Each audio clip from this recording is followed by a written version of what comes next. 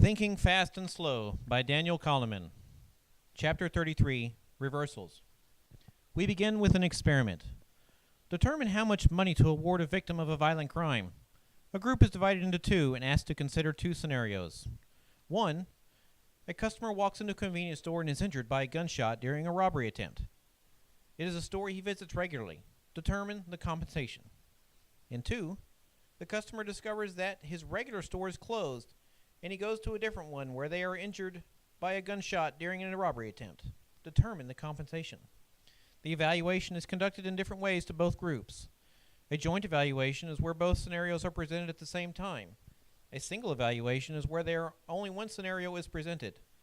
Joint evaluation results in the same compensation, but in single evaluations, scenario 2 is often compensated higher. The results are then discussed in the group setting. The group that got the single evaluation often changes their mind. Why is that? System 1 is to blame for this, and it is an example of what you see is all there is. It takes into consideration the emotional reaction. It's clear that the joint evaluation is a broader consideration. This is an example of reversal of judgment. Another example is the following experiment. Choose between two bets. What did you choose? Did you prefer the safe bet? You likely chose B. Now, if you owned both bets, which one would you value higher? You likely valued A higher because it represents a higher reward. This is an example of preference reversal. The preference reversal occurs because joint evaluation focuses attention on the aspect of the situation.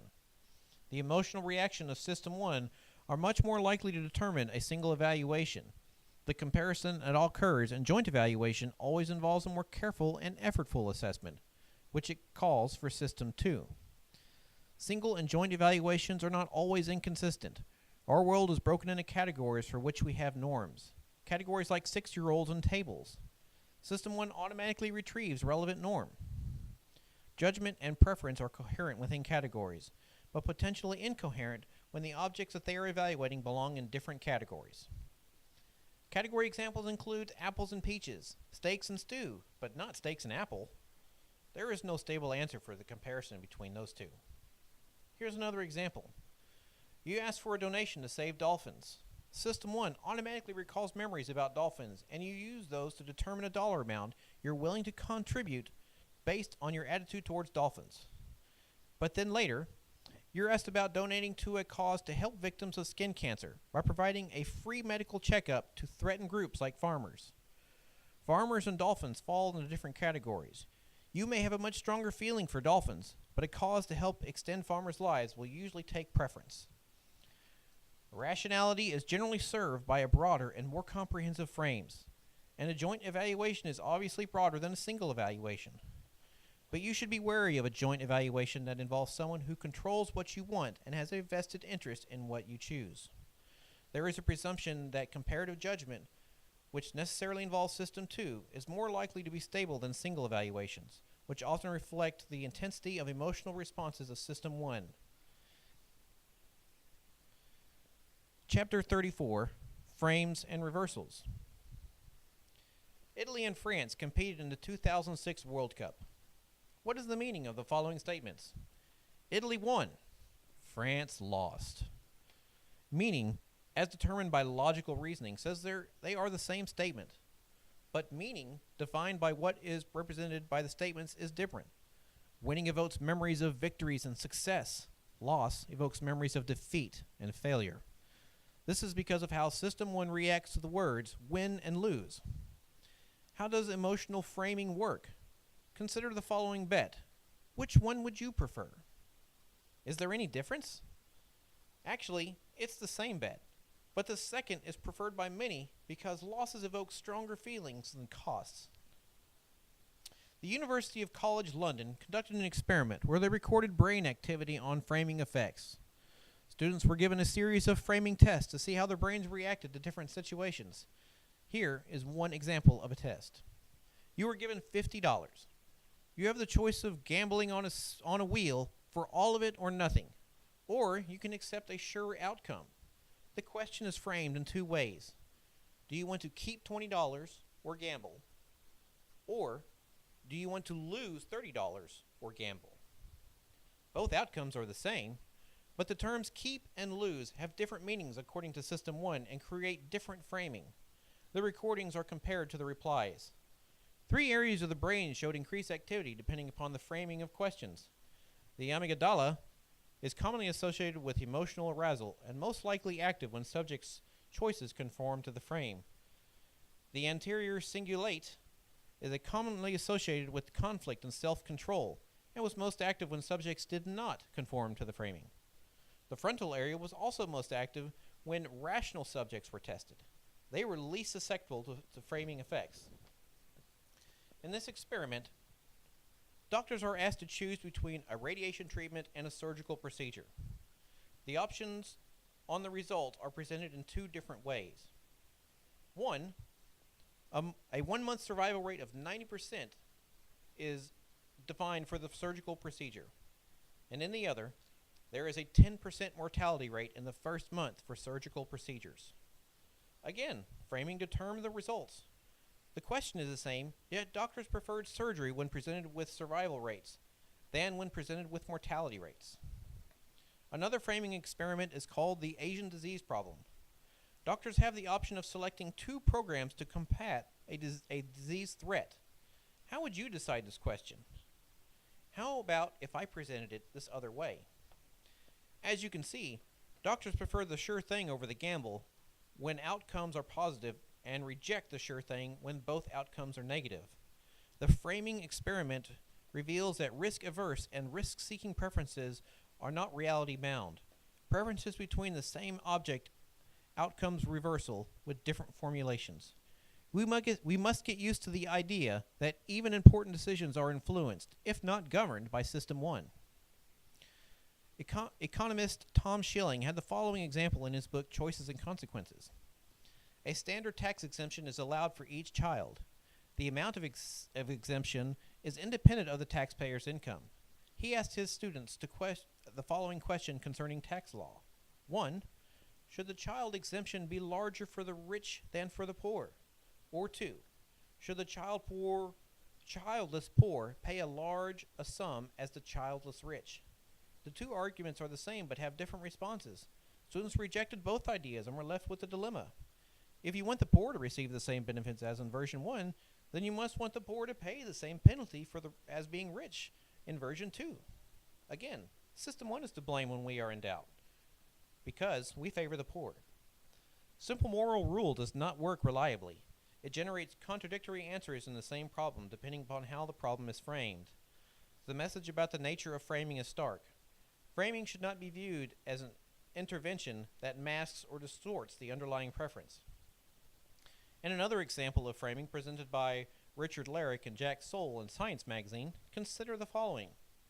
Adam switched from a 12-mile-per-gallon vehicle to a 14-mile-per-gallon vehicle. Beth switched from a 30-mile-per-gallon to a 40-mile-per-gallon vehicle. Who saves more? Did you choose Beth? If you did, you were wrong. Adam is saving more, but the illusion created by the term miles per gallon makes you think otherwise. The author points out that the misleading intuition fostered by the mile-per-gallon frame are likely to mislead policymakers and car buyers alike. In another example, organ donation is usually noted on your driver's license in many countries. In Austria, it was near 100%, but in Germany, only 12%. Sweden had 86%, and in Denmark, only 4%. Such a drastic result must have a good reason. In fact, the reason for the disparity is Austria and Sweden have an opt-out checkbox, while Germany and Denmark have an opt-in box. This is an example of the laziness of System 2. If it takes effort to consider an option, we will often favor the easier option. Chapter 35, 2 Selves. Jeremy Bentham, in his book Introduction to the Principles of Morals and Legislation, states that nature has placed mankind under the government of 2 sovereign masters, pain and pleasure. It is for them alone to point out what we ought to do, as well as determine what we shall do. Bentham applied utility to these experiences due to being unable to find a better word. Kahneman calls it experienced utility. As economist and decision theory apply to the term utility, it means wantability or decision utility. What are the discrepancies between experienced utility and decision utility? Is it better to reduce the number of painful injections by 2 if you are receiving 20 or 6? A decision maker who pays different amounts to achieve the same gain of experience utility or be spared the same level of loss is making a mistake. In decision theory, the only basis for judging a decision is wrong is inconsistency with other preferences. How can an experience utility be measured? Francis Edgeworth, a British economist from the 19th century, proposed the idea of a hedometer, which would measure the utility like the barometer would measure the weather. Time plays a critical role in this measurement. If Helen received twice as many painful injections during a medical procedure, or twice as much time enjoying the beach, the total experience utility would double for each. But there is another way to measure experiences called retrospective assessment. In the study conducted by Don Reichmeyer and Kahneman, patients underwent a colonoscopy in early 1990 and were asked to report the pain they were experiencing every 60 seconds until the procedure was complete. The results of 2 patients were presented to the right. When the procedure was over, the patients were then asked to report the total amount of pain they had experienced during the procedure. The results revealed 2 findings which illustrate a pattern observed in other experiments. The peak end rule is the average level of pain reported at the worst moment of experience and at the end, and the duration neglect because the duration of the procedure had no effect whatsoever on the rating of total pain. Patient A experienced a much higher amount of pain at the end than patient B, and as a result, patient A retained a much worse memory of the experience than patient B. This gives us the retrospective assessment of the experience. The hedometer totals are duration weighted and represent the experiencing self asking, how does it hurt? Retrospective assessment is the remembering self asking, how was it on the whole? In this final experiment of the remembering self and the experiencing self are exposed again. Participants are told to endure 3 trials. Each trial consists of holding their hand in painfully cold water until they are invited to remove it and offered a warm towel. With their free hand, they control arrows on the keyboard to provide continuous reports of the pain they are enduring. After the first 2 trials, patients are asked which trial they would prefer for the last. Fully 80% of the participants who reported the pain diminishing in the second trial opted to repeat it. These individuals chose to repeat the episode which they had the less adverse memory. Again, the remembering self determined the answer. Decisions are not attuned to the experience, but the memory of the experience. This shows us that we cannot fully trust our preferences to reflect our interests. Tastes and decisions are shaped by memories, and memories can be wrong. A memory that neglects duration will not serve our preferences for a long pleasure or short pain.